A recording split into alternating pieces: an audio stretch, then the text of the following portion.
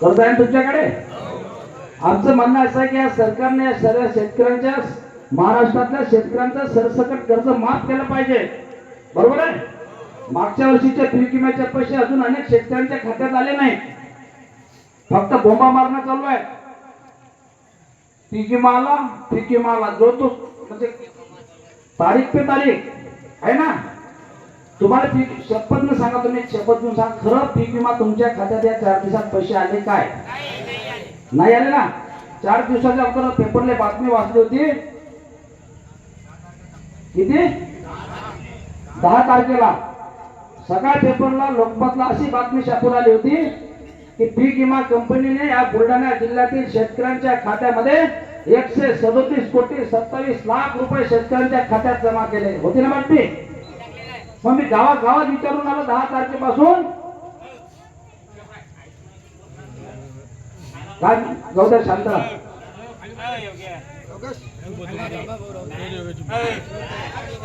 शांतरा शांतरा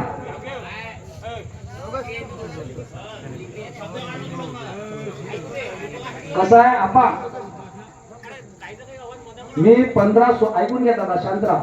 मी 15 वर्ष 16 वर्ष झाले शेतकऱ्यासाठी मजुरासाठी लढतो. मी जीवाचं रान करतो. कधी कधी अशा मूर्त्या मला भेटतात, असे भक्त मला भेटतात. मला कधी कधी पश्चाताप होते की मी चुकीच्या मार्गाने चाललो की काय. खरं ना?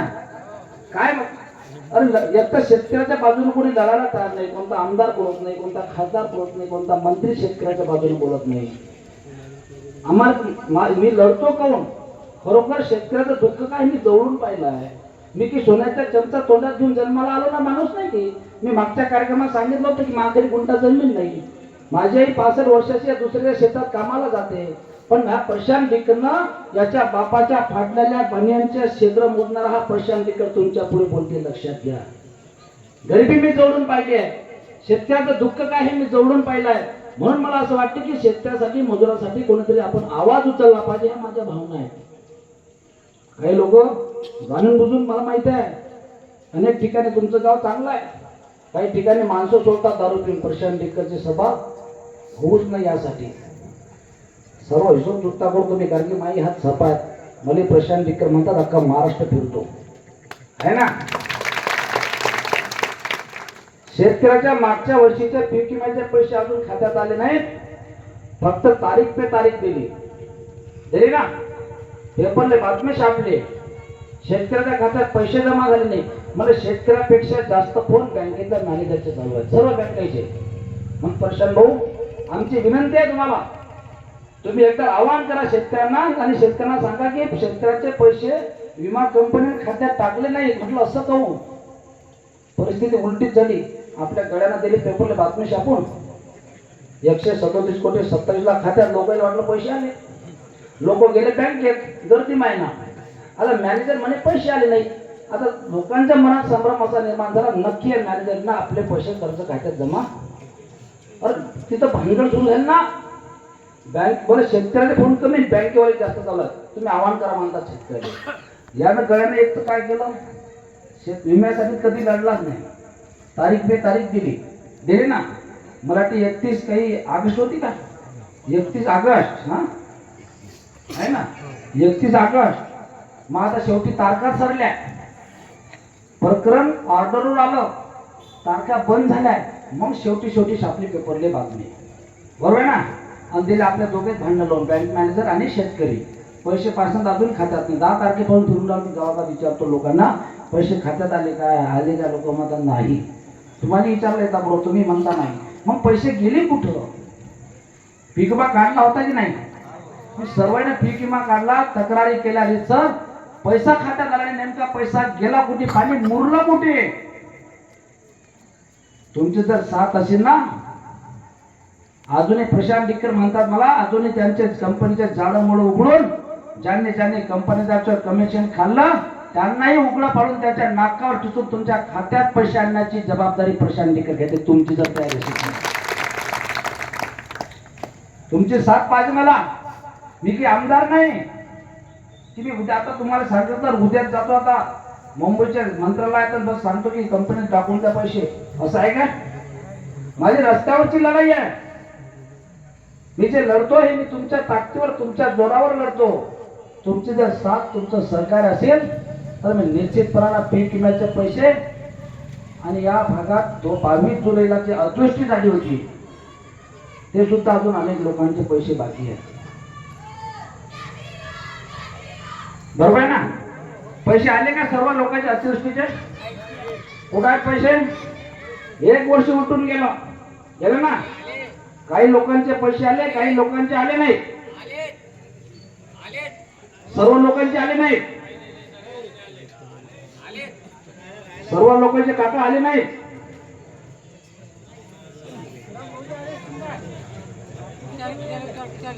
ते म्हणतात आलेच. सर्व लोकांचे पैसे अजून आले नाहीत. या ऐकून घ्या, मी अत्यंत जबाबदारीने बोलतो, एक एक शब्द बोलतो, लक्षात ठेवा. मागच्या वर्षी अतिवृष्टी झाले, शेतकऱ्यांचं नुकसान झालं. अनेक शेतकऱ्यांच्या जमिनी खरडून गेल्या, जनावर गेले. लोकांच्या शेतामध्ये ट्यूबवेलचे पाईप होते ते वाहून गेले. अनेक लोकांच्या घरामध्ये पाणी घुसलं, लोकांच्या महापुरामध्ये घर वाहून गेले. भयावह चित्र त्यावेळेस निर्माण झालं. त्यावेळेस हा प्रशांत डिक्कर मोर्चा काढणारा होता. तुमच्या जळगाव तालुक्यात काही लोक म्हणतात की प्रशांत डिक्कर आमच्या जळगाव तालुक्यासाठी काही करत नाही. तुमच्या जळगाव तालुक्यात एसडीओ कार्यालयापुढे शेतकऱ्यांना अतिवृष्टीची मदत तात्काळ सरकारने खात्यात टाकली पाहिजे. त्यासाठी अन्नत्याग करणारा प्रशांत डिक्कर होता ना. अन्नत्याग केला, प्रशासन ऐकत नव्हतं. कारण तिच्यावर या मतदारसंघाचे आमदार संजय कुटे यांचा दबाव होता. काय मागणी होती माझी की ज्या शेतकऱ्यांच्या जमिनी खरडून गेल्या त्यांना तर मोबदला द्या, नुकसान भरपाई द्या, पण 2-2, 4-4 वर्ष त्या जमिनी पिकत नाही. त्या जमिनीवरचं सुद्धा या सरकारनं कर्ज माफ केलं पाहिजे, ज्यासाठी माझा अन्नत्याग होता. पण या मतदारसंघातल्या आमदारांना समजलं की प्रशांत डिक्करमुळे जर या भागातल्या शेतकऱ्यांचं कर्ज माफ झालं तर निश्चितपणाने प्रशांत डिक्करला हे लोक डोक्यावर घेतील. खरं आहे खोटं आहे? हे खरं बोलतो. म्हणून प्रचंड त्रास त्या अन्नत्याग आंदोलनात दिला. प्रशासन ऐकत नव्हतं. दुसऱ्या बाजूने आमदार खोटेचा त्या प्रशासनावर दबाव होता, अधिकाऱ्यावर दबाव होता. आणि म्हणून छत्रपती शिवाजी महाराजांची रणनीती आम्ही डोळ्यासमोर ठेवून मी ताबडतोब भूमिगत झालो आणि या प्रशासनाला आणि सरकारला मी आत्मदानाचा इशारा दिला होता. तो तुमच्यासाठी दिला होता. मतदारसंघाचा लय नेते आहेत तालुक्यात, 1 डझन नेते आहेत. कुठे नेते? ज्या वेळेस जमिना खरडून गेल्या त्यावेळेस कुठे फिरत गेले होते? आत्मदानाचा इशारा दिल्यानंतर जिल्हाधिकाऱ्यांनी बैठक लावली. 2 दिवसांना परत आमदार कुटेनं कलेक्टरवर दबाव टाकला आणि शेतकऱ्याचे लावलेले बैठक ते रद्द करायला लावली कलेक्टरला. शेतकऱ्यांच्या ताटात माती घालण्याचं काम मी आमदार कुटेने केलं आहे. आज जे आपण कर्जमाफी मागतो ना, आमचा 7-12 कोरा करा, ही कर्जमाफी मागच्याच वर्षी झाली असती. कारण की तुमच्या जमिनी खरडून गेल्या ना, 2-2, 3-3 वर्ष जमिनी पिकत नव्हत्या. कुठून कर्ज भरसान? पैशात का भरायले? त्यासाठी हा जो लढा लढतो हा शेतकऱ्याचा, मजुरांचा लढा आहे. शेतकऱ्याचं दुःख काय मी जोडून पाहिलं, तुम्हाला बऱ्याच वेळा सांगतो. आणि अजूनही शेतकरी लढतात. अक्षरशः या जळगाव तालुक्यातले 4,500 शेतकरी असे आहेत की त्यांच्या जमिना खरडून गेलेल्या, अजूनही त्याच्या खात्यात पैसे आले नाही. किती शेतकरी आहेत? 4,500 शेतकरी, अजूनही त्यांना खात्यात पैसे नाही. कुठे गेले ते पैसे? ते पैसे माहित आहे कुठे गेले? तुम्हाला कदाचित माहित नसेल की माहित आहे. काही काही माहित आहे पण म्हणतात याच्यात तोंडून होऊ द्या. तुम्हाला सारं माहित आहे. सुनगाव म्हणतात, सुनगाव जादूची कांडी आहे. सुनगाव बरोबर आहे ना? सुनगाव आहे ना. पैसे कुठे गेले सर्वांना माहिती आहे. अतिवृष्टी झाली शेतकऱ्याच्या शेतात, बरोबर आहे ना? जमिनी गेल्या शेतकऱ्याच्या, जनावर गेले, विहिरी डुबल्या, घर गेले आणि पैसे गेले आमदाराच्या, कार्यकर्त्याच्या खात्यात. गेले ना? खरंय खोटा? अधिकारी घरात बोलावले, घरात दरवाजे बंद केले. तहसीलदार नावाची शीतल सोलक तुमच्या इथे, ती घरात बोलावली. काही तलाठी बोलावले आणि त्यांना सांगितलं जे मी सांगेन ते तुम्हाला करायचं आहे. मतदारसंघाचा आमदार मी आहे, तुम्ही नाही. जे जे मी नाव देतो, जे जे याद्या देतो, त्या त्या खात्यात पैसे गेले पाहिजे. प्रशासनावर दबाव टाकता, अधिकाऱ्यांवर दबाव टाकता आणि दुसऱ्या बाजूने आमच्या शेतकऱ्यांच्या जमिनीवरून गेले अजून 4,500 शेतकऱ्यांच्या खात्यात पैसे नाही. या तालुक्याचा भारतीय जनता युवा मोर्चाचा तालुक्याचा अध्यक्ष घरी 2 एकर जमीन, वराच्या नावानं 6 लाख, बापाच्या नावानं 15 लाख, एका परिवारात 2 एकरावर जर भाजपचा कार्यकर्ता म्हणून 21 लाख टाकता, आमच्या खात्यात आमच्या चेष्टा करता, पैसे देत नाही. कुठे आहे प्रशासन, कुठे आहे सत्ता, कुठे आहे सरकार, कुठे आहेत आमदार तुमचे? गोरगरिबांचा पैसे खाता. मी जाहीरपणे सांगतो, तुमची जर साथ असेल तर प्रशांत दिक्कर जीव गेला तरी बेहतर, पण तुमच्या खात्यात पैसे आणल्याशिवाय मी शांत राहत नाही. मी जे बोलतो ना ते जीवाची बाजी लावून बोलतो. ज्यावेळेस प्रशांत दिक्कर घरातून बाहेर निघते त्यावेळेस बायकोचं कुकू पुसून बाहेर निघते.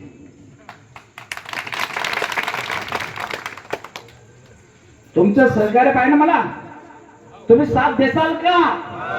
बऱ्याच वेळा काही लोक म्हणतात आमच्या जळगाव साठी प्रशांत दिक्कर बोलत नाही, काही करत नाही. त्याचा घोटाळा उघडकीस आणण्यासाठी प्रशांत दिक्कर जळगाव 3 दिवस बसला ना उपोषणाला. आता मागच्या महिन्यात बसलो की नाही बसलो? मग म्हणणं आहे तालुक्यातल्या डझनभर नेते गेले कुठं? घोटाळा तर खूप झाला. कोणी बसला का उपोषणाले? बसला का कोणी? एक नेता बसला नाही. काय तर मग अंदरून सारं शेटिंग आहे.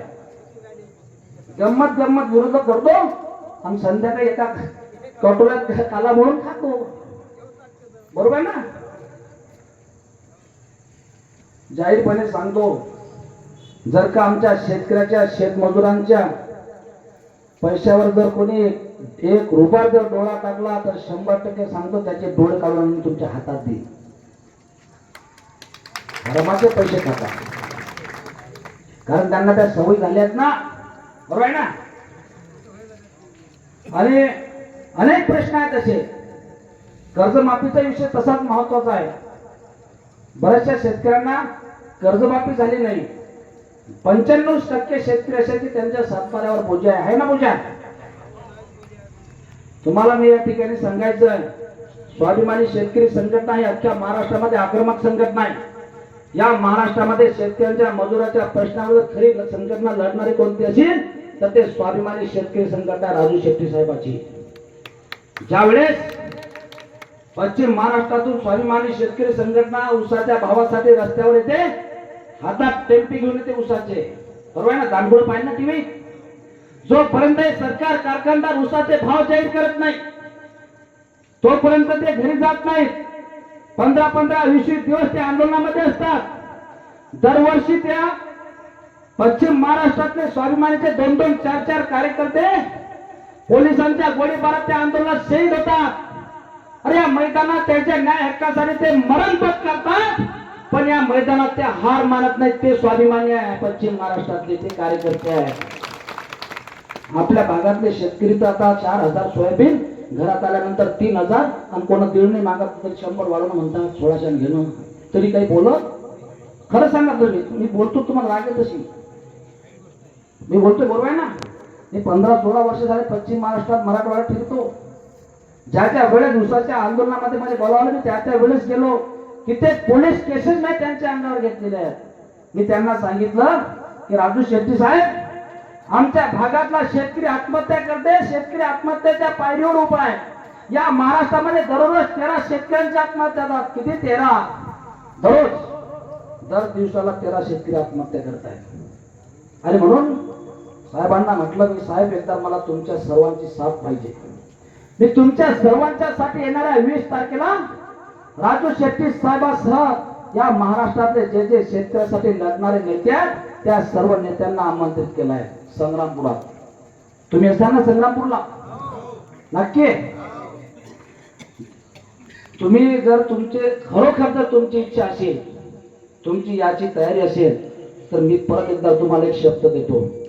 ज्या ज्या शेतकऱ्यावर कर्ज आहे, सातबाऱ्यावर पीक कर्ज, नाही तर काही लोक लफडे कर्ज काढतात, बँकेत तिकडे जमावतात, मला म्हणतात आमचं नील होईल का? ते लफड्याचं कर्ज नाही पाहिजे. पीक कर्ज, जमिनी पेरण्यासाठी ज्या शेतकऱ्यांनी कर्ज घेतलं त्या शेतकऱ्यांचं सरसकट कर्ज माफ केलं पाहिजे सरकारनं, अशी मागणी आहे. पण त्याही पुढे जाऊन सांगतो, तुमची जर साथ असेल, तुम्ही जर मला शब्द देत असाल, तर आजपासून तुमचं कर्ज नील करण्याची जबाबदारी प्रशांत डिक्कर घेते. आजपासून ज्या ज्या शेतकऱ्यांकडे कर्ज आहे त्यांनी बँकेचं कर्ज भरायचं. तुम्ही माणसांना का हा सांगते भरून नको, आणि उद्याच तर अधिकारी आमच्या घरी येते ज्या पैसे, बरोबर ना, येऊ द्या अधिकाऱ्याला. त्याला एकच सांगा, साहेब बरेच जण आले, योगायोग बरी भेट झाली आपली, बस चप्पल घालून आलतो, कुठे आलतो तुमच्या बँकेत, कुठं बस निघलोच होतं म्हणा. मागच्याच आठवड्यात आम्ही सर्व पैशाची तरतूद केली आणि आमचे कर्ज भरण्यासाठी सर्व पैसे आम्ही प्रशांत डिक्करकडे दिले. कोणाकडे? प्रशांत डिक्करकडे दिले. आमचं सर्व कर्ज आजपासून प्रशांत डिक्कर भरणार. आणि ताबडतोब माझा नंबर आहे तुमच्याकडे, मा फोन लावायचा, अधिकाऱ्याच्या कानाशी लावून मा बोलणं. ओके, आजपासून कर्ज भरायचं. मी तुम्हाला माहित आहे कोणता विषय हातात घेतला तर पुरा करतो, एकतर घेत नाही, पण घेतला ना तर त्याचे मेरोटे घेऊन घरी येतो. आम्ही ठरवलंय, माफ करा, आता काही गोष्टी नाईलाज आहे, त्या कराव्या लागतात आपल्या शेतकऱ्यांसाठी. आमच्या संघटनेचं परिवारातले लोक आपल्या भागातले सांगायला काही हरकत नाही. स्वाभिमानी शेतकरी संघटनेचा सर्व कार्यकर्त्यांचा महाराष्ट्रात ठरलाय, जर का या 15 दिवसाचा अवधी आम्ही सरकारला दिलाय, म्हणजे येणार आहे 20 सप्टेंबर पर्यंत, जर का 20 सप्टेंबर पर्यंत या सरकारने आमच्या कर्जमाफी असेल, भाववाढ असेल, पीक विम्याचे पैसे, अतिवृष्टी पैसे राहिलेल्या शेतकऱ्यांच्या सर्व मागण्या संदर्भात जर सरकारनं 20 सप्टेंबर पर्यंत निर्णायक भूमिका घेतली नाही, आमच्या शेतकऱ्यांना, मजुरांना न्याय दिला नाही, तर 20 सप्टेंबर पासून या महाराष्ट्रातले स्वाभिमानी शेतकरी संघटनेचे कार्यकर्ते ज्या ज्या ठिकाणी सत्तेतले आमदार दिसतील त्या त्या ठिकाणी त्यांचे कपडे काढून ढुंगणावर फटके मारण्याचं आंदोलन सुरू होणार आहे. नाईलाज आहे. एक तर कसं आहे, आमचं मरण आम्हाला डोळ्यानं दिसतंय, दुसऱ्या बाजूने सरकार चेष्टा करते, तारीख पे तारीख देतात आहे ना. यांना जर आंदोलनाची भाषा कळत नसेल तर माराले भूत बी घेतात. खरं नाही, रस्त्याला भूते घेतात ना.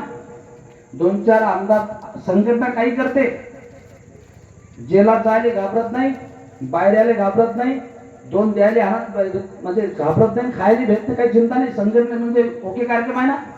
आपले विदर्भातले नाही, आपण तर गरीब लोक आहे, आमचे पश्चिम महाराष्ट्र मराठवाड्यातले.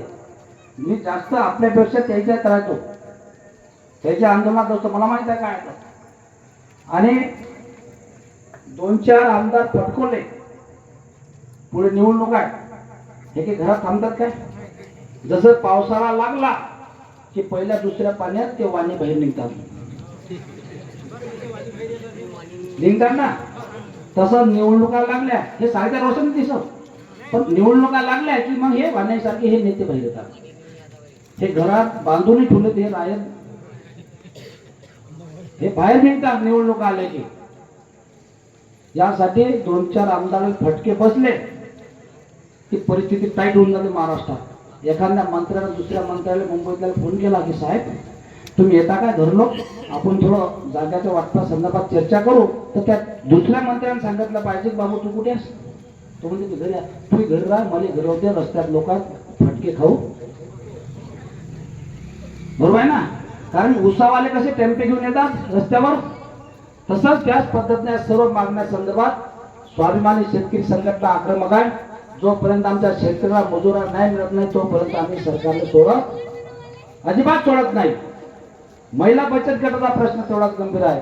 महिला पाठीमागे सर्व पूर्ण ऐकून राहिल्या, ते म्हणतील सारं यायचं चालू, आमचं काहीच नाही. तुम्हाला वाटतं की 1500 दिले त्याचे खुश आहेत काय? खुश नाही. महिलांची ती एवढी फसवणूक केली, फक्त आता घरात एकमेकाला सांगणं बंद आहे. कारण की सांगलं की वाद होतात ना. सरकार ते साधं समजून आल्या तुम्हाला, घरात भांडण लावून देते. या महिला बचत गटामध्ये काम करतात तुम्ही. या सरकारनं महिला बचत गटासाठी 2018 मध्ये शासन निर्णय केला. काय निर्णय केला? जे महिला बचत गट रेग्युलर म्हणजे नियमितपणे कर्जाचा भरणा करतील त्या महिला बचत गटाची आम्ही पूर्णपणे व्याजाची रक्कम परत करू हा शासन निर्णय 2018ला 5 वर्ष होऊन गेले, अजूनही महिला बचत गटाच्या खात्यात व्याजाची 1 रुपयावर रक्कम टाकली. प्रत्येक महिला बचत गटाचे कोणाचे 2 लाख आहेत, कोणाचे 3 लाख आहेत, जे जुने असते त्याचे 5 लाख आहेत. मागे असंच आम्ही यात्रा काढली, महिलांचे अर्ज आम्ही शासनाला दिले, शासनाने दखल घेतली, बैठक घेतली. मी त्या बैठकीत जो सांगितलं, मुख्यमंत्र्यांनी बैठक घेतली त्यावेळेस सांगितलं त्यांना, तुमचा जो महिला बचत गटाचा विषय तो सरकारचा विचाराधीन आहे आणि लवकरच त्यावर आम्ही निर्णय घेऊ. म्हटलं आता करते, पण सरकार एवढं हुशार, त्यांनी केला असेल गणित, त्यांनी लावला हिशोब महाराष्ट्राचा बचत गटाला किती पैसे द्यायचा, जर एवढे पैसे दिले तर आपले थैलीच खाली होते. ते एवढं हुशार निघलं सरकार, त्यानं प्रत्येक महिला बचत गटाला मग 30,000 रुपये खेळतं भांडवल दिलं ना, 30,000 रुपये. म्हणजे तुम्ही पैसे वापरा, काम झालं की पा किती हुशार आवला. पण या सरकारला आमचं सांगणं आहे, तुम्ही आमच्यावर उपकार करू नका, आम्हाला खेळतं भांडवल देऊ नका. आमच्या हक्काचे पैसे आहेत जे तुम्ही सांगितले 2018 ते शासन निर्णयाप्रमाणे आमच्या महिला बचत गटाचा 1 रुपया व्याजाचा आमच्या बचत गटाच्या खात्यात टाकला पाहिजे. ही मागणी आपण केली आहे. अनेक मागण्या आहेत यामध्ये, शेतकऱ्याच्या, मजुराच्या. या भागामध्ये पानमळे होते ना, तुम्ही पत्रक वाचले, काय काय मागण्या आहेत, नामशेष झाले, संपले पानमळे. किती लोकांचे पानमळे आहेत? एखादा हार आहे का आपल्याकडे? हार आहे का? हार पानमळे किती आहेत? मला वाटतं कोणातरी एका शेतकऱ्याचं मी कोणतेतरी नाव ऐकलं होतं, धुळे काय, धुळे कोणी काय, धुळे काय नाव आहे? गणेश धोंडे. एकच पानमळा आला, हार टाकू द्या बापू गेले. या इकडे यावर, या माणसानं पानमळा जसाचा तसा ठेवला. काय मेहनत संघर्ष आहे मी सांगतो तुम्हाला ते. यावर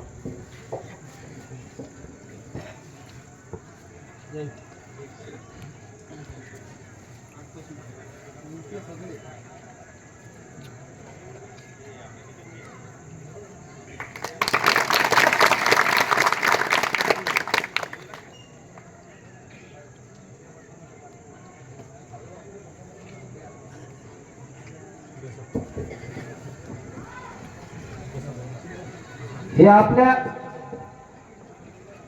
सुनगावचे गणेश भाऊ धुर्डे, बरोबर ना, यांचा फक्त पूर्ण सुनगाव पानमळे होते.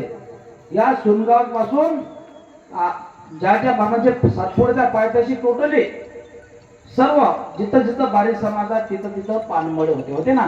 अख्खे पानमळे नामशेष झाले. पण आमचा एक शेतकरी असा आहे गणेश भाऊ धोरडे नावाचा, की अजूनही त्या शेतकऱ्यांना पानमळा शेतात कायम आहे, बरोबर ना. पुनरुत्ती ते पानमळे पुनर्जीवित करण्यासाठी आमची मागणी आहे, पत्रक मध्ये वाचा तुम्ही. ज्या ज्या शेतकऱ्यांचे पानमळे होते ते पानमळे पुन्हा पुनर्जीवित करण्यासाठी त्या पानमळे करणाऱ्या शेतकऱ्यांना या सरकारनं भरीव अनुदानाची तरतूद केली पाहिजे आणि त्या किमान त्या रूपी तरी पुन्हा रूपी जसे तसे पानमळे आपले फुलवले जातील, लक्षात घ्या. कारण तिथे महत्वाचं पीक आहे. 2 लाख रुपये जर तुम्हाला अनुदान सरकारनं दिलं तर शेतकरी पानमळे करतील ना, बरोबर ना.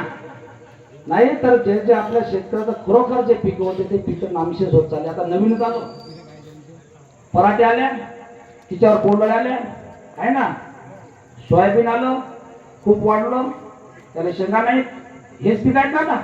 असं नाही दुसरं काही आधी काय बियाणं देतं आम्हाला, आमचं हाय काय, आम्हाला बियाणं पाहिजे दर्जेदार, बीजी 4 कपाशीचं बियाणं पाहिजे. जसं दुसऱ्या देशामध्ये तुम्ही बीजी 7 बीजी 9 पर्यंत गेले तसं आम्हाला कपाशीचं बियाणं द्या, पुन्हा रुपये पानमळे फुलू द्या, आहे ना. आम्हाला 50चं सोयाबीन बियाणं द्या.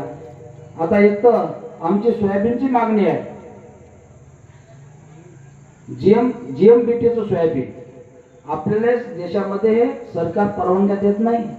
GM सोयाबीन काय म्हणते की ते विषारी आहे, शरीराला हानिकारक आहे. शरीराला ते जर तेल खाल्लं तर शरीराची हानी होते असं कोण म्हणते? सरकार म्हणते. म्हणून कंपन्याला परवानग्या देत नाही GM सोयाबीनसाठी. बीटी कारण एकरी 40 क्विंटल पिकते ना, 40, 45, 35 क्विंटल एका तेल माहित आहे. शेतकऱ्याला जर हे बियाणं दिलं की हा गडी काचा गोट घेते, परवानग्या नाही. कारण सरकार सांगते बी मस्त की शरीराला हानिकारक आहे. दुसऱ्या देशात ते सोयाबीन लोक 40-50 क्विंटल एकरी पिकवतात ते त्या भागातले शेतकरी, दुसऱ्या देशातले शेतकरी. आपलं सरकार एवढं हुशार, त्याचं तेल आयात करते आपल्याला खायला. पा सरकार आपल्याला सांगते चालत नाही फिरायला, शरीराला हानिकारक आहे. दुसऱ्या देशात परवानगी आहे, त्याचं तेल ते सोयाबीन पेंट आपल्याला चालते, ते विचार नाही होत त्यावेळेस. ते कोण शुद्ध होऊन येते काय? त्यासाठी या सरकारनं बीजी फोड कपाशी बियाणं दिलं पाहिजे. बीटी सोयाबीनचं बियाणं सुद्धा मार्केटमध्ये उपलब्ध करून दिलं पाहिजे. या पद्धतीची मागणी आपण या ठिकाणी केली आहे. शेतमजुरांचा तेवढाच गंभीर प्रश्न आहे. मजुरांसाठी या देशामध्ये स्वतंत्र शेतमजूर कल्याण महामंडळ स्थापन झालं पाहिजे. अनेक लोक असे की त्यांच्या घरी जमीन नाही, गुंठा आहे काय? बरेचसे लोक असे आहेत, दररोज शेतात गेल्याशिवाय संध्याकाळी चूल पेटत नाही. खरं आहे का मी बोलतोय शेतमजुराचं? मी तुम्हाला 2 मिनिटं घेतो, अजून शिल्लकचे आहे. तुम्ही ऐकले असेल एक घटना आमच्या संग्रामपूर तालुक्यातील रुदानाची. कोमल पौडकर नावाची 17 वर्षाची मुलगी मागच्या आठवड्यात अचानक शॉक लागला, तिचा मृत्यू झाला. 17 वर्षाची. ऐकली का घटना? पेपरला बातम्या होत्या ना. कोमल पौडकर रुदानाची मुलगी होती, 17 वर्षाची. फार लहानसा परिवार राहता त्याचा. एक तिला लहान बहीण होती, म्हातारी आई होती, 3 लोकांचा परिवार होता. कोमल 17 वर्षाची होती. घरी कोमलला भाऊ नव्हता, कोमलला वडीलही नव्हते. 3च लोक होते घरात. म्हातारी आई, लहान बहीण शाळेत जात होती. कोमल आणि कोमलची आई म्हणजे म्हातारी होती, ते कोमल दररोज म्हातारीला दुसऱ्या शेतात घेऊन जात होते. घरी गुंठा जमीन नव्हती ना, घर होतं एकदम साधं, वरून ताडपत्री टाकलेलं कोमलचं घर. 17 वर्षाची होती आमची बहीण. दररोज शेतात काम गेल्याशिवाय संध्याकाळी चूल पेटत नव्हती, ही त्यांची परिस्थिती होती. ज्या दिवशी कोमलचा मृत्यू झाला त्या दिवशी कोमल आपल्या आईला, म्हातार आईला घेऊन दुसऱ्याच्या शेतात कामाला गेली होती. दिवसभर काम केलं, संध्याकाळी कोमल घरी आली. दररोज स्वतः कोमलच्या हातानं स्वयंपाक करत जाय, लाईना बहीणला खाऊ घालत जाय, आईला जेवण देत जाय, नंतर कोमल जेवण करत जाय. कारण ते घरात मोठी होती ना, कोमल करती धरती तेच होती. 17 वर्षाची मुलगी होती. काय झालं, काम करून घरी आली, घरातला झाडू घेतला, दार झाडायला लागली. दारामध्ये इलेक्ट्रिकचा पोल होता. झाडता झाडता अचानक कोमलचा इलेक्ट्रिकच्या पोलला धक्का लागला आणि 17 वर्षाच्या आमच्या बहिणीचा जाग्यावर शॉक लागून मृत्यू झाला. जाग्यावर पडली. त्या गावातल्या लोकांनी प्रेत उचललं, संग्रामपूरच्या महावितरण मध्ये नेलं. रात्री 2 वाजेपर्यंत त्या ठिकाणी प्रेत होतं महावितरण मध्ये. सर्व लोकांचा आक्रोश होता. प्रत्येक माणसाच्या डोळ्यामध्ये अश्रू वाहत होते. काय मागणं होतं लोकांचं की 17 वर्षाची आमची बहीण गेली महावितरणच्या दिरंगाईमुळे. घरामध्ये एक लहान बहीण आहे, म्हातारी आई आहे. किंवा त्यांच्या कुटुंबाचा उदरनिर्वाह चालण्यासाठी या महावितरणने थोडीफार त्यांना आर्थिक मदत दिली पाहिजे. रात्री 1 वाजेपर्यंत प्रेत तिथं राहिलं. लोकांनी आक्रोश केला, लोक रडले, शेवटी थकले. कोमलचं प्रेत घेतलं, वरोडच्या दवाखान्यामध्ये नेलं, तिचं पोस्टमार्टम केलं, सकाळी घरी आणलं, अंत्यविधी झाला. नंतर मोर्चे काढले, महावितरणावर आंदोलन केले, 2 अधिकारी सस्पेंड केले. पण भावांनो, 100 अधिकारी जर त्यांचे सस्पेंड केले तर आमचा गेलेला पोटचा गोळा पुन्हा परत मिळू शकत नाही. आज तीच परिस्थिती जी कोमलवर आली ना, ते अनेक लोकांवर येऊ शकते. ज्या लोकांच्या घरी जमीन नाहीत, दररोज शेतात गेल्याशिवाय काम मिळत नाही, संध्याकाळी चूल पेटत नाही, आहे ना, अशा परिस्थिती अनेक लोकांवर आहेत, शेतमजुरावर आहेत. घरी गुंठा जमीन नाही. त्यासाठी आमचं मागणं आहे सरकारला, या महाराष्ट्रामध्ये स्वतंत्र शेतमजूर कल्याण महामंडळ ज्या सरकारनं स्थापन केलं असतं तर आज त्या कोमलच्या परिवाराला मदत दिली गेली असती. किमान म्हातारी आई, लहानशी बहीणचं शिक्षण झालं असतं. पण सरकार निर्दयी सरकार आहे. अनेक कुटुंब असे आहेत की दररोज शेतात जातात, काम करताना कोणाचा अपघातात मृत्यू होते, कोणाचा साप चावून मृत्यू होते, कोणाचा विहिरीत पडून मृत्यू होते. अनेक लोकांच्यावर जंगली जनावर हल्ला करतात, त्यामध्ये मृत्यू होते. पण ज्यांच्या घरी जमीन आहे त्यांना सरकार थोडंफार देते, पण ज्यांच्या घरी जमीन नाही त्यांना मात्र सरकार 1 रुपयाची मदत करत नाही. करते काय मदत? म्हणजे काही शेतमजुराच्या घरामध्ये जन्माला नाही की पाप आहे काय? त्या सरकारला आमचं हेच सांगणं आहे की ज्यांच्या घरी जमिनी नाहीत ते लोकांना वाऱ्यावर सोडू नका. या महाराष्ट्रामध्ये स्वतंत्र शेतमजूर कल्याण महामंडळ स्थापन करा, ज्या पद्धतीनं गोपीनाथ मुंडे ऊसतोड कामगार कल्याण महामंडळ आहे. मुंबई पुण्यातल्या कामगारांसाठी माथाडी कामगार कल्याण महामंडळ आहे आणि त्या मंडळाच्या मार्फत त्या कामगारांना सर्व सुविधा सरकार पुरवते. त्यांचा घरात डिलिव्हरी झाली तर सरकार 15,000 देते, शिजर झालं तर 30,000 देते. काम करताना एखादा अपघात झाला, त्यांचा हात गेला, पाय गेला, सरकार 2 लाख देते. त्यांचा काम करताना मृत्यू झाला तर सरकार परिवाराला 5 लाख देते शहरामध्ये. आणि त्या जे कामगाराचे मुलं मुली शाळेत जातात त्या विद्यार्थ्यांना हे सरकार दरवर्षी 1,60,000 रुपये शैक्षणिक खर्च म्हणून देते. अरे त्यांचे ते मुलं आहेत, आमचे सुद्धा मुलं आहेत. ते कामगार आहेत, आम्ही सुद्धा कामगार आहे. जो त्या कामगारांना न्याय देता तोच न्याय आमच्या शेतकऱ्याचे जे शेतात काम करणाऱ्या शेतमजुरांना भेटला पाहिजे. त्यासाठी स्वतंत्र शेतमजूर कल्याण महामंडळ स्थापन झालं पाहिजे. त्यासाठी आम्ही झटतो, लक्षात घ्या. मजुराचा गंभीर प्रश्न आहे ना. आणि म्हणून या सरकारला आम्ही हा लढा 2 वर्ष झाले मजुरांचा उभा केला आहे. शेतकरी आणि मजूर हे रथाचे 2 चाका, दोन्ही चाका सुरळीत चाललेत, आपला रथ व्यवस्थित चालेल. 20 तारखेला शेतकऱ्याचाही प्रश्न आहे, शेतमजुरांचा प्रश्न आहे, आमच्या महिला बचत गटाचा प्रश्न आहे, विद्यार्थ्यांचे प्रश्न आहेत.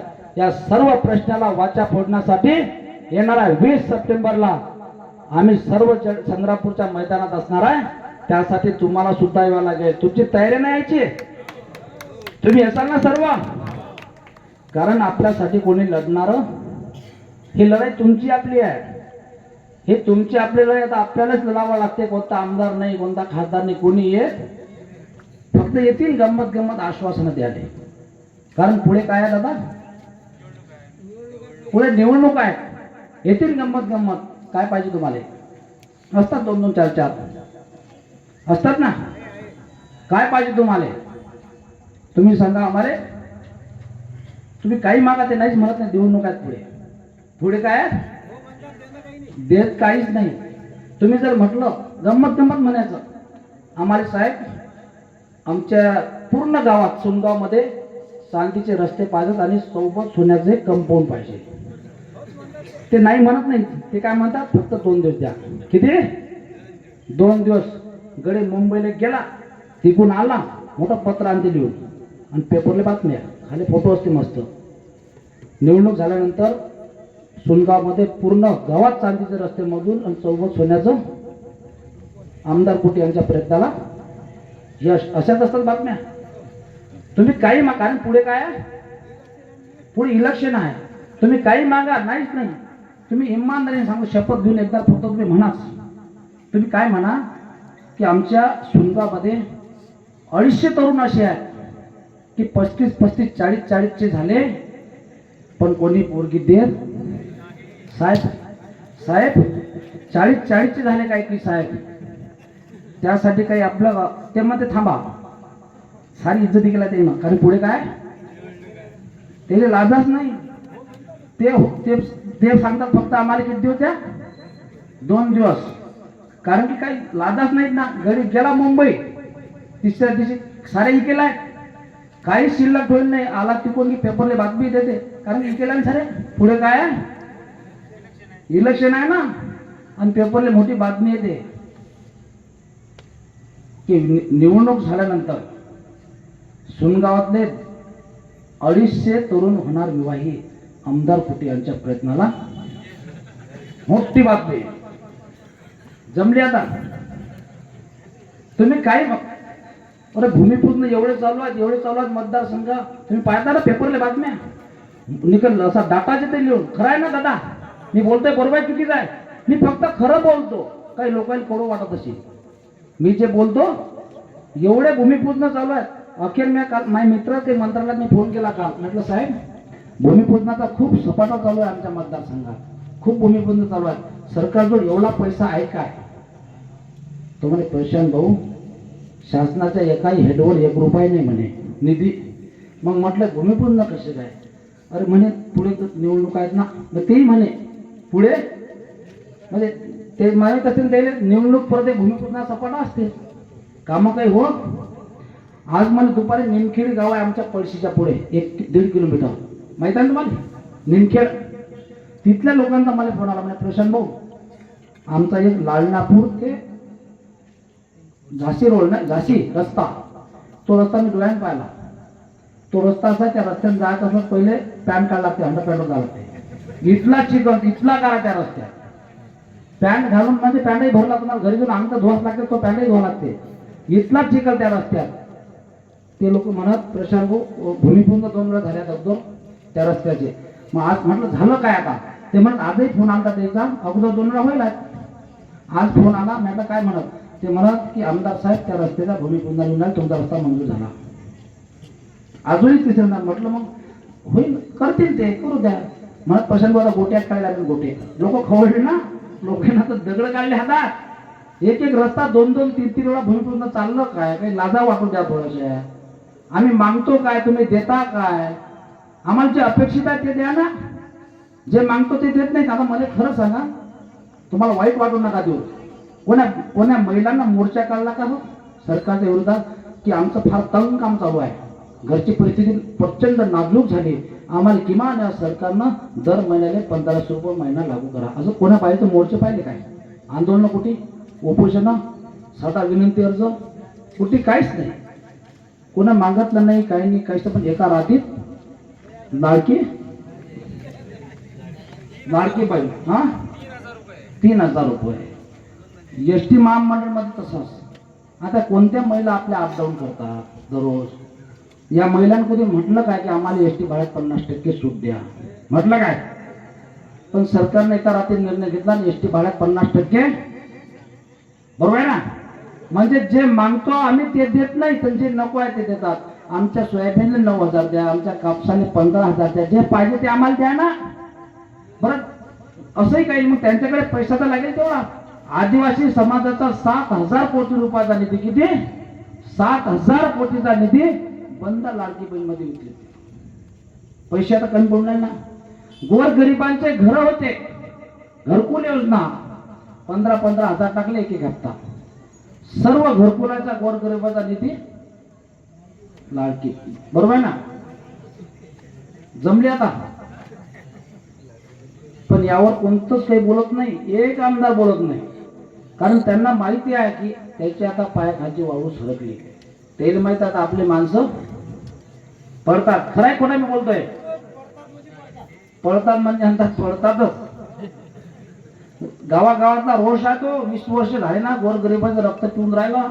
मला लोक सांगतात, जुने प्रशांत भाऊ, मला कालच एक माणूस भेटला जळगावात, थोडासा परिचयच आहे म्हणे. मी माझ्या बाबाला म्हणे 2003चा विषयशी म्हणतो, 2002-3चा विषय म्हणे. ज्यावेळेस आमदार साहेबाचा लहानसा खोलीत दवाखाना होता, काहीतरी डिग्री आहे त्याची, मला माहित नाही कोणती आता. मग मी बाबाला म्हणे घेऊन गेलो दवाखान्यात. माई बाबा थोडे म्हणे होतेच म्हणे त्यातले. बाबाला घेऊन गेलो. आता हा गडी गिरायकच पाहणार होता. 20 रुपये इंजेक्शन होतं म्हणे. किती 2 दिली का ना 40. मी गेलो बाबाला घेऊन दवाखान्यात. त्याला म्हणे टेबलावर बाबाला झोपायची तेवढा वेळ नाही म्हणे, एवढी घाई म्हणे त्याला. कारण की घेतले 40 की, बरोबर ना. झोपही नाही त्याला म्हणे. बाबा उभे म्हणे, काही झोपायचं काम नाही म्हणे, करा बाईवर चर्चा केली. बाबाने मी बेंचार पैसे पण मागून गड्यान म्हणे भरलं इंजेक्शन, टोचलं बरोबर तर टोच. तिकून इंजेक्शनचा टोक निघलं, धार म्हणे मग अंगार. काय धंदे, म्हणजे काय तुम्ही विचार करा. लय अवघड आहे. पण कसं आहे ते अनावधानाला निवडून आलं ना. दोघांचं भांडण आणि तिसऱ्याचा लय उपाध्या लावता. कोणता योद्धा, काही कर्म योद्धा, कोणता धर्म योद्धा, जेल योद्धा आहे का? सुनगात पाणी 140 गावचं आहे काय? मग कुठं आहे जेल योद्धा? 3-4 गिलेचं मिक्स करतात असंच आहे ना. आणि ते आपल्याला वाचतात. म्हणेल बाबा तिकडे ओवापोवा एवा चालू आहे. 140 गाव पाणी पुरवठा योजना, महाराष्ट्र जीवन प्राधिकरण, वारे महाराष्ट्र जीवन प्राधिकरण अख्खी योजना खाऊन टाकलेलं काही ना. मी त्याचे काढले, काही कागद काढले, एवढा सत्यानाश करून टाकला त्या योजनेत. आताही मला वाटतं काही 220 कोटी 222 कोटी रुपये मंजूर केले राजे हो. ज्या गावात चांगले रस्ते तेही रस्ते उकळून टाकले. पहिले बांधले, त्याच्या 2 महिन्यात तेच खोलले. त्या गावात काहीच पाईपलाईनचं काम नाही, काहीच नाही. काही टाक्या पडल्या, आता इथे चितारी टाकी फक्त बांधली, शेंडावर गेली खाली पडली. 5 धंदे. मला वाटतं काही 1.5-2 लाख रुपयाचं काम होतं ते. कामही निकृष्ट दर्जाचं. काय पाहिजे फक्त 20% 30%, दुसरं काय? बरोबर आहे ना? काही हरकत नाही. तुमचं जाणीव, तुम्ही तुमचं कौतुक केलंच पाहिजे, काही हरकत नाही मा म्हणणं आहे. पण किमान काम सुद्धा तसं असलं पाहिजे. लोकांना पाणी नाही राजा प्यायला. मी आदिवासी पट्ट्यात फिरलो, कित्येक गावात पाणी नाही, शाळा नाही. शेंबा नावाचं एक गाव आहे आमच्या संग्रामपूर तालुक्यामध्ये, खूप मोठं आदिवासी गाव. त्या गावात शाळाही नाही, रस्ते नाही, लाईन नाही. आणि काय सांगता इकडे गावाचं एवढं मोठं सुनगाव, दगड उचलला की नेता आहे, दगड उचलला की. मग आज आमचे लोक या गावातले विषारी पाणी पिऊन राहिले. नेते गेले कुठं? तीर्थावर गेले का? आज आमच्या जीवाशी खेळतात आणि निवडणूक आली की आमच्या दाराचा फुफुट करता. काय तर आपल्या जातीचा आहे, आपल्या धर्माचा आहे. निवडणूक तेवढे जात धर्म दिसते आणि 5 वर्ष विषारी पाणी प्या. बरोबर आहे ना? यांची जागा यांना निश्चितपणानं सांगायचे काम नाही, जनता दाखवून देणार आहे. तुम्ही टेन्शन घेऊ नका. लय घोर घंटे चालू आहेत. मागच्या 15 तुम्ही ते अँब्युलन्सचं आलं असेल तुमच्या कानावर, आलं की नाही आलं? आलं काय? काही लोक म्हणतात नाही, त्याला वाटते आपण जर अधिक म्हटलं तर मग अँब्युलन्सचं माहित आहे काय झालं तर सर्वच माहित आहे. ज्याला माहिती त्याच्यासाठी सांगतो. ज्याला आपण 4 वेळा निवडून गेलो, 4 वेळा आमदार केले ना, एकदार नाही, किती वेळा? 4 वेळा. तो गडी पट्ट्या मागून संजय जी कुठे म्हणते, जी लावते लागे मागून, रक्त पिऊ 4 वेळा निवडून दिलं. त्याला मंत्री केलं, सभागृहात पाठवलं. आणि तुमच्या आमच्यासाठी, गोरगरिबासाठी, रुग्ण वाहण्यासाठी 2 अँब्युलन्स घेतल्या 2 वर्षात. किती? एक नाही, किती? 2 अँब्युलन्स. 52 लाखाची एक. बरोबर? 52 लाखाची अँब्युलन्स, सर्व सुविधा आहेत त्यात. आणि दोन्ही अँब्युलन्स 2 वर्षाच्या अगोदर पासून आणल्या आणि स्वतःच्या जिनात, तुमच्या सुनगारवर जिना आहे ना, त्या जिनात लपून ठेवल्या. दोन्ही अँब्युलन्स 2 वर्ष. त्यात अटॅकही आला तरी मरत नाही असे अँब्युलन्स आहेत. खरं आहे, तेवढी सुविधा आहे त्यात. मग 2 वर्ष झाले त्या अँब्युलन्स तुमच्या जिनात ठेवल्या. आमच्या जर सेवेत असत्या तर किती लोकांचे जीव वाचले असते? हा विचार केला का तुम्ही? किती लोकांचे जीव वाचले असते? आज आमच्या जीवाशी खेळले. बरं, खेळले तर खेळले, गाड्या जिनातच. ड्रायव्हरची मजुरी निघली. आता सांगा, त्या जिनातला ड्रायव्हरच मला वाटतं शोधाव कोण आहे. त्यांना 2 वर्ष त्या जिनात गाडी कितीच चालवली काय सांगा बरं. त्या अधिक त्या अँब्युलन्स मध्ये एक डॉक्टरही असते. 2 वर्ष त्याचाही पगार निघला. 2 वर्षाची ते गाडी खूप पहिली जिना अंदरच त्या गोडाऊन मध्ये, एवढी पहिली ती डिझेलही खूप लागलं ना, बंद बिलं काढले. काय होय, काय कमी केल्या लोकांना? आम्हाला जे सरकार देते ना, तुमच्या घरचं आहे का काही? तुमचं घरीचे 4 एकर होतं पहिले अगोदर 2004 मध्ये. 4च होतं. किती? ते 4 एकर विकून तुम्ही अँब्युलन्स आणल्या काय? आणल्या नाही ना. मग शासनाचा पैसा आहे, जनतेच्या तिजोरीतला पैसा आहे. अँब्युलन्स आणल्या, सेवेत जाऊ द्या ना, वाचू द्या लोकांचे जीव. किती लोकांचे बळी घेतले याचा हिशोब निश्चितपणाने ही जनता चुकत करणारा लक्षात घ्या. आणि दुसऱ्या बाजूला आमच्या सारखे सामान्य कार्यकर्ते संघटनेचे लोकांसाठी लढतात, शेतकऱ्यांसाठी, मजुरांसाठी लढतात. तर ते सांगतात प्रशांत दिक्कर बोगस आहे, प्रशांत दिक्करची बदनामी करतात. तुम्ही ऐकलं असेल, मला बऱ्याच लोकांचे काही फोन येतात, भेटले तर सांगतात प्रशांत भाऊ तुमच्याबद्दल खूप राग करतात, खूप तुमचा तिरस्कार करतात. मला म्हटलं माहित आहे, कारण मी शेतकऱ्यासाठी, मजुरासाठी लढतो म्हणून. मग तुमच्यासाठी लढणं हा गुन्हा आहे का? माझा गुन्हा आहे काय? मग प्रशांत दिक्कर बद्दल एवढा तिरस्कार का करता?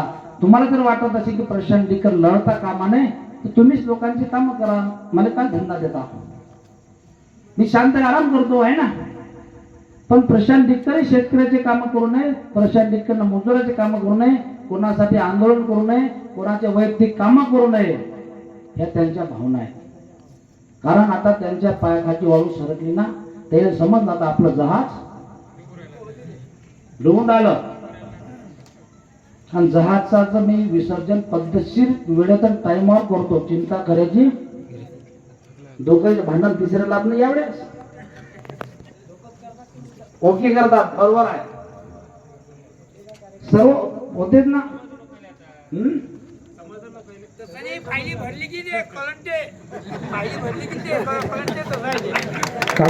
बरोबर आहे तुमचं. वाईट काम करत गेले, जे लोक चाललं ते लोक चाललं, पण एक दिवस त्या गोष्टीचा 100% अंत होत असते. आता ती वेळ आलेली आहे ना. आज लोक कधी सभागृहात सोयाबीनचे भाव मागितला नाही, कधी आमच्या कापसाचे भाव मागितला नाही. मागितला काय?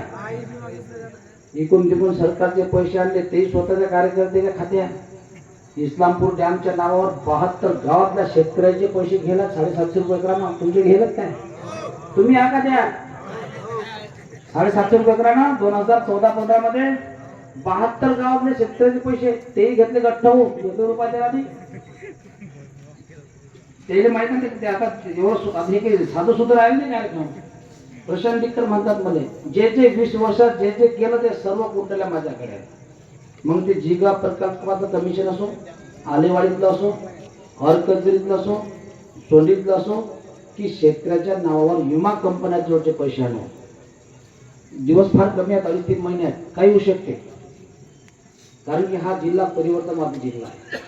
या जिल्ह्यामध्ये तुमचं लक्ष अशी जुनी मंडळी सांगतात मला अजून, बंद करा बाप लेकाचे चाळे आणि निवडून आणा सुखदेव नंदाजी काळे. फाटका माणूस, ज्याच्या पायात चप्पल नाही, सायकलवर फिरणारा माणूस या जिल्ह्यानं खासदार केलेला आहे. बरोबर आहे ना?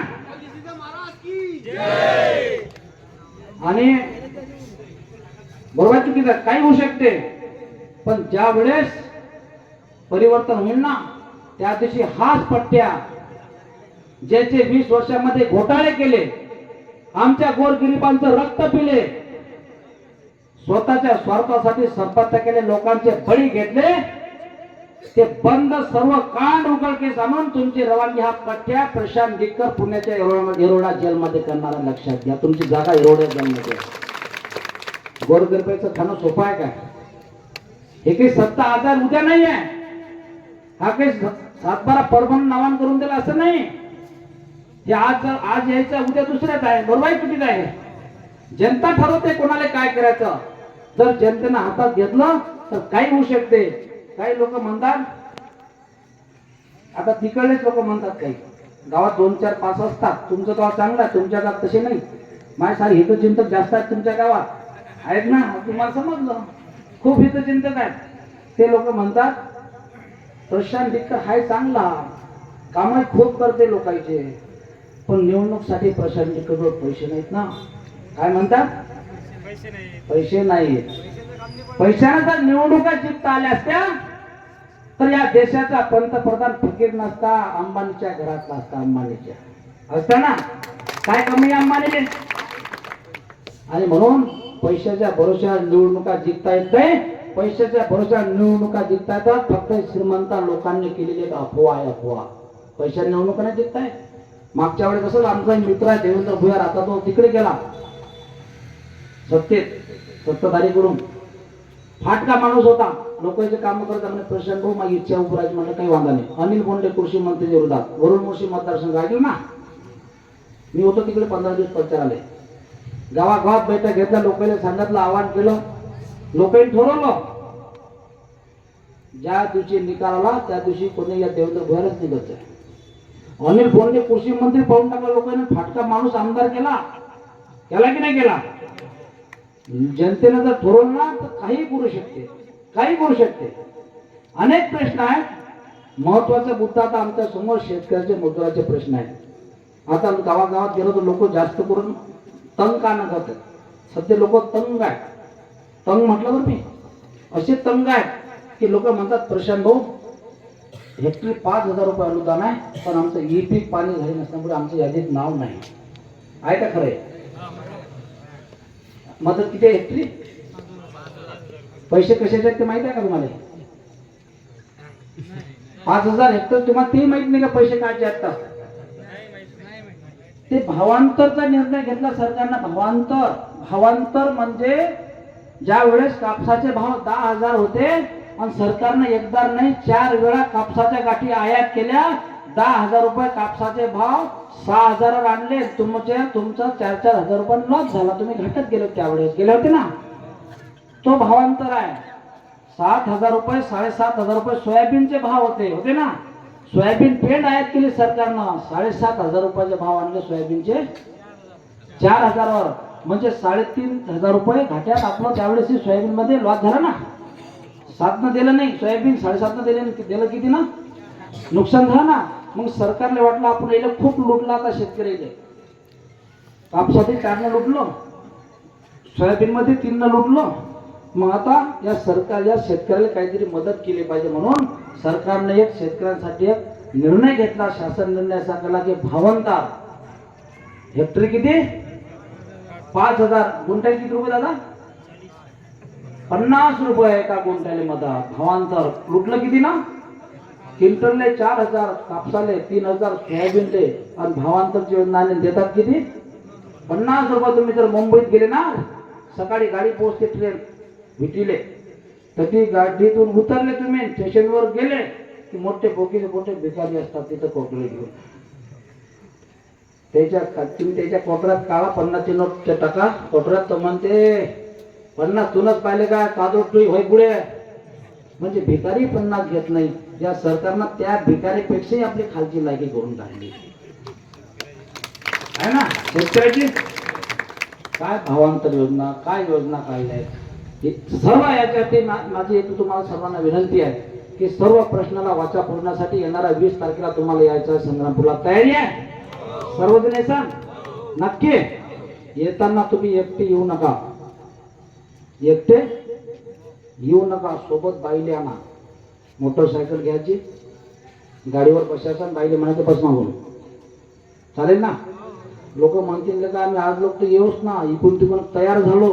आता हाय म्हणते बाईला. मी कशासाठी म्हणतो, मी आपलं सरकार कमी ऐकते, लाडक्या बहीणचं थोडं म्हणून बाई म्हणतो. बरोबर आहे ना. आता आपल्या बहीणमध्ये सरकारच्या बहीणमध्ये जसं सरकारच्या बहीणमध्ये जीव खूप आहे ना. तिचं सोयाबीन काय भाव होतं 7.5, काय भाव घेतलं 4,000. कापूसही 10,000 होता. 6 कापूस विकला आपण. किती नुकसान झालं बहिणीचं. मग आता आपण थोडं मागेरू, आपण बहिणीला पुढे कोण येतात सरकारचे. आता माझी यात्रा आली गावागावात, महिलेनं कुकू लावलं. मला असे ते गावागावात बाया ते औक्षण करतात. आणि प्रशांत भाऊ आम्ही कबूल करेल होतं असं की आमचा पहिला हप्ता आला तो की आम्ही प्रशांत भाऊले वर्ग देऊ. 3,000 मला खूप बाहेर दिले वर्गणी. काय कार्यक्रम जमला नाही जमलं ना ते खेळ. म्हणजे आता काही गोष्टी सांगायच्या पण सांगतो. काही तिकडली लोक आहेत बिचारे 20 वर्ष घातले ते. किती 20 वर्ष घातले हो. झेंडे हलवले. जिथं ज्या झाडावर कोणी चढत नाही म्हणत प्रशांत त्याही झाडात आम्ही झेंडा मागेला म्हणत लोक सांगतात. पण आता हे जे झालं ना, आता हे चालू आहे ना, ते आमच्या मनात झोपत आहे. आमच्या खूप मनात होतो. उन्हाला तुमचं जे चालू आहे ते फारच चांगलं आहे म्हणतात. अंदरून खूप खुश आहेत तिकडे लोक. काही लोक. आता मली माहिती काय करावं लागते तर, कारण की मली प्रशांत लेकर म्हणतात ना. आता त्याला समजलं की आता आपलं जहाज पुढ्यात जहाज उलट. आता त्याच्यात असे प्रॉब्लेम झाले, तेच त्याच्यात विश्वास ठेवायला तयार नाही. कोण आपला आणि कोण प्रशांत लेकर आहे. आता हे आंबुलन्स खूप काही आहे की आता मी बरोबर टप्प्यात आल्या सर्व धीरे धीरे करतो. ते काही विषयी भरपूर काही दिलं मला मटेरियल. प्रशांत आम्ही 20 वर्ष झाले हो इकडे आहोत. जे आहे बंद सर्व जे पाहिजे ते आपल्याला देणं पुरवलं. काही विषय नाही आहे ना. कारण की त्याने बी ते आवडत नाही विषय. प्रशांत भाऊ दुसऱ्या राज्यात राहिल्या कंपन्या इकडे गरीब मरून राहिला ते सर्व माहिती आहे ते आहे ना. म्हणून त्याची बी इच्छा अशी आहे की जरी म्हणत आम्ही इकून असू शरीरानं, पण अंदरून ये तो अंदर की बात है कि 50% भी भाजपा अपने साथ है. पसंत खाले मग करू ते बसा खाले. खाली बसा, खाली बसा ना, बसा खाली, बसा, अरे खाली बसा, बसा खाली, बसा खाली, शांत राहा जरा. त्या बाजूला येऊन आलं मन भरू भरू, हार घालू की गयात पळू, आहे ना. बाबा दादा शांत राहा, विषय फार गंभीर आहे हा. जरा काही हास्यावर तुम्ही जरी विनोदाचा भाग तुम्हाला वाटत असेल, पण शेतकऱ्याच्या, मजुराच्या, महिला बचत गटाचा, युवकाचा, आमच्या विद्यार्थ्यांचा प्रश्नावर लढा हा लढा निश्चितपणानं येणाऱ्या 20 तारखेला हा संग्रामपूरच्या मैदानात पोहोचायचा आहे. त्यासाठी तुम्हाला माझं सर्वांना निमंत्रण आहे. तुमची सर्वांची इच्छा न्यायची, तुम्ही शब्द द्या. कारण प्रशांत डिक्कर एकदा कोणतं काम हातात घेतलं ते पुढे केल्याशिवाय सोडत. कर्जमाफीचा विषय तुम्हाला सांगितलं, जोपर्यंत या शेतकऱ्यांचं सरसकट कर्ज माफ होत नाही, अतिवृष्टीचे पैसे, पीक विम्याचे पैसे खात्यात येत नाही, तोपर्यंत आम्ही या सरकारला सोडत. पण आता तुमची सुद्धा त्या ठिकाणी यायला इच्छा पाहिजे संग्रामपूरच्या मैदानामध्ये. मी कशासाठी म्हणतो की जर 20 तारखेला 1 लाख शेतकऱ्यांची फौज त्या ठिकाणी असली तर त्या टीव्हीच्या बातम्यात सरकार टीव्ही मध्ये पाहिजे की आज बुलढाणा जिल्ह्यातला शेतकरी 1 लाख शेतकरी सरकारच्या विरोधामध्ये रस्त्यावर आला. नक्कीच आता विदर्भातले 50 आमदार आजच, बरोबर, ज्यावेळेस अशी परिस्थिती निर्माण होईल त्यावेळेस समजा आपला कार्यक्रम 100%. सरकारचं कसं, तुमचं डोक्यात काय आहे त्याच्यापेक्षा इथं डोके किती आहे सरकार त्याने. आणि ज्या ज्या शेतकऱ्याकडे कर्ज आहे त्या शेतकऱ्यांसाठी अमोल भाऊ असतील, मंगेश भाऊ असतील, आमच्या हगे भाऊ असतील, यांच्याकडे मी कर्जमाफीचे अर्ज देणार आहे. ज्यांच्याकडे कर्ज आहे त्या शेतकऱ्याने तो अर्ज घेऊन कुठे यायचा, 20 तारखेला संग्रामपूरला यायचा आहे. कारण की सर्व डाटा माझ्याकडे पाहिजे, तोही बी सर्व शासनाकडे जाणार आहे ते. नाहीतर काय होते, तिसरा घरी असते झोपेला, 4थ्या दिवशी मला फोन करते, आपण इकडे रात काढली, डोळे फोडले, तो घरीच असते, मला 4 दिवसांनी फोन करते, प्रशांत भाऊ अधिकारी आले माझ्या घरी, बोलता का थोडं. तो धंदा जो आता, कारण की देशाने स्वातंत्र्य फुकट भेटलं नाही, रक्त सांडावं लागलं, बलिदान द्यावं लागलं, मग स्वातंत्र्य भेटलं, बरोबर ना. घरात झोपून भेटलं काय. त्यासाठी जर कर्जमाफी लागत असेल तर आपल्याला सुद्धा मैदानात यावं लागेल, घरात गोधडीत झोपून जमत. म्हणून माझी तुम्हाला कळकळीची विनंती आहे की येताना रिकाम्या हातानं नाही आलं तरी चालते, असं काही नाही, गर्दीच पाहिजे. सर्व मी लाईन लायलाय, प्रशांत डिक्कर आवाहन करायला मराठवाड्यात आणि पश्चिम महाराष्ट्रात गाड्याच्या गाड्या भरून येतील. शेगावतून संग्रामपुरात येतील. जर संग्रामपूर जाम करायला लागते असं तुम्ही पाहिलं असेल, मला युट्यूबवर फेसबुक काय केलं, एकदा मी असंच चारा नव्हता ढोरायला, म्हटलं बा मी ढोरं घेऊन येतो तहसीलवर, नाही मग चारा द्या. आता त्याला वाटलं, पोलिसाला वाटलं, तहसीलदारला वाटलं ढोरं हा नाही ना 2-4 खेळायचे काय ढोरं. पण मला प्रशांत डिक्कर म्हणतात, मी पुरा लावून मारला घाटावर. आता मी 15 वर्षाला फिरतो, माझे सर्व जाती धर्माचे, गाईवाले, बकरेवाले, मेंढ्यावाले सारे ओळखीचे आहेत ना. मी कामच तेवढे करतो ना, जरी जंगलात राहतात पण काम कोण करते, प्रशांत भाऊ डिक्कर. मी त्याला सांगितलं माझं, म्हटलं राजा ढोरं घेऊन जावं ना, असं आंदोलन आहे. मग प्रशांत तुम्ही सांगा ना कुठे येतो. घाटाखालच्या एका 700-700, 800, कोणाच्या 3-3 हजार गाई होत्या. ते गाईवाले लोक घाटावर राहून मारला, घाटाखाली राहून मारला, बंद ढोरं. 8-10 दिवसाचा अवधी होता. 8-10 दिवसात चारत बरोबर लोक आले संग्रामपुराच्या चौरस. आता पोलीस भाऊ 4 चाकी गाडी चालले ते का माहिती. हे जनावरांचा काय खेळ आहे हा. तर रोडनं काही गाड्या जनावर दिसत, पण ज्या वेळेस 10-11 वाजले ना, पुणे रोड पहा सारं जाम कार्यक्रम. शेगाव पासून सारे गाईच गे इकडे, त्याला साऱ्या पाळ्यातून इकडे उतरल्या, घाटाखालच्या सारे इकडे आल्या, घाटावरून पूर्ण आले आपल्या जळगावपासून. संग्रामपुरात गाईच मावत ना इथल्या भोर. त्यातल्या त्यात भोर असे आमच्या माणसाने ते ढोल ताशे सांगितले येणं देणं ते वाजवायचं. आता त्याईनं काय आले ते वाजून तरी पाहिजे. गाय ना गाई बावरल्या,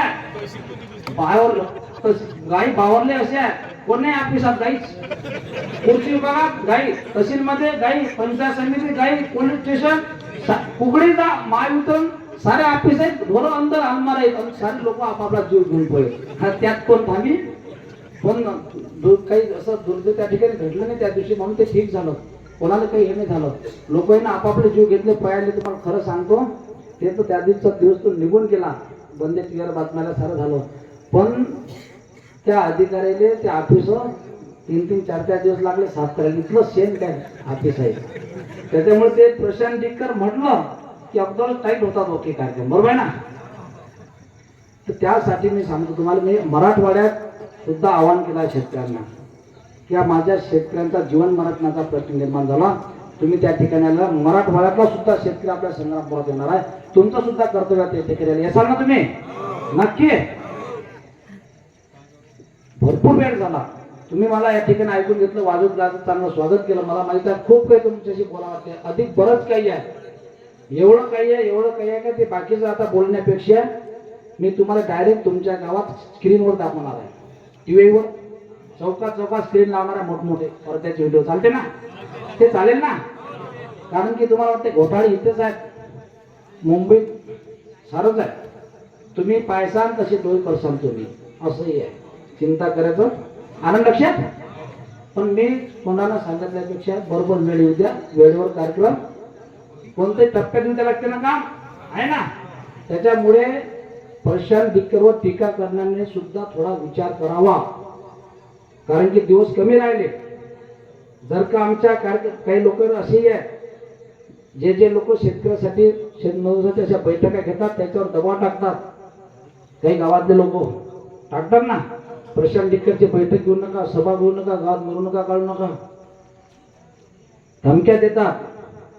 त्यांना माझं आव्हान आहे, हे सत्ता आजार उद्या नाही, 2-2.5 महिनेच वेळा निवडणूक येईल.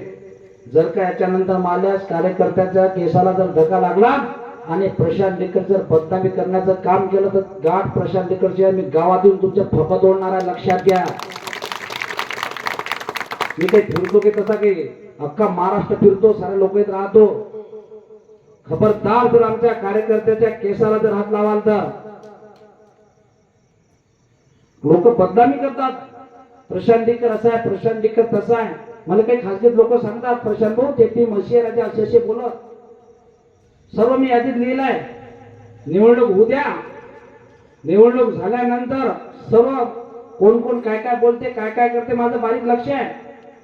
जर का आमच्या शेतकऱ्याच्या आता जसं आंदोलन त्यानं काही आपलं ज्या वेळेस अतिवृष्टी झाली त्यावेळेस सुद्धा आंदोलन मला प्रचंड त्रास दिला, लक्ष आहे माझं. बारीक लक्ष आहे, सर्व माझ्या डोक्यात आहे. किती त्रास दिला त्यावेळेस. पण याचा पूर्ण हिशोब निवडणूक झाल्यानंतर मी तुम्हाला सांगितलं. त्याची तर जागा कुठं आहे? पुण्यातल्या येरोळामध्ये. पण लक्षात ठेवा म्हणा, जर का तुम्ही त्याच्या पुढे जर शेंडे कतरत असाल तर त्याच्याबद्दल तुमची रवानगी करण्याची ताकद सुद्धा प्रशांत डिक्करच्या मनगटामध्ये आहे. तुम्ही काय काय धंदे केले, कशा संपत्त्या कमायला मला माहित आहे. गावातल्या नाल्या काय, गड्डे काय, संडास काय, सर्व कुंडल्या माझ्या काय. सर्व लोक सांगतात, अरे बरं करणं असेल तर 4 लोकांचं भलं करा. पण खबरदार जर आमच्या वाटाला शेतकऱ्याच्या शेतमजुरा वाटायला गेला तर गाठ प्रशांत डिक्करच्या एवढ्या ठिकाणी सांगतो भावना, अजिबात चिंता करायची नाही, हार मानायची नाही. निश्चितपणानं तुमच्याविषयी मी हातात घेतले. मला 2 पोरात परत मी एकदा सांगतो, माझ्या 2 पोराची शपथ घेऊन सांगतो की जीव गेला तरी चालेल, रक्ताचे पाठ वाले तरी चालेल, पण शेतकऱ्यांना न्याय दिल्याशिवाय आम्ही शांत बसत नाही, एवढा शब्द या ठिकाणी देतो. राह में खतरे बहुत है, ठहरता कौन है? राह में खतरे बहुत है, ठहरता कौन है? मौत कल क्यों आ जाए, डरता कौन है? तेरे लश्कर के मुकाबिल मैं अकेला हूँ, मगर फैसला मैदान में होगा, मरता कौन है? फैसला मैदान में होगा, मरता कौन है? धन्यवाद.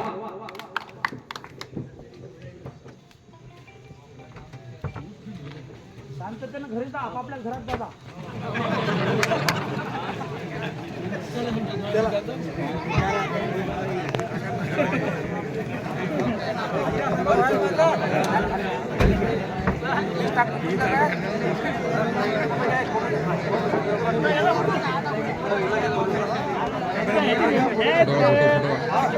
व्हिडिओ पाहिजे.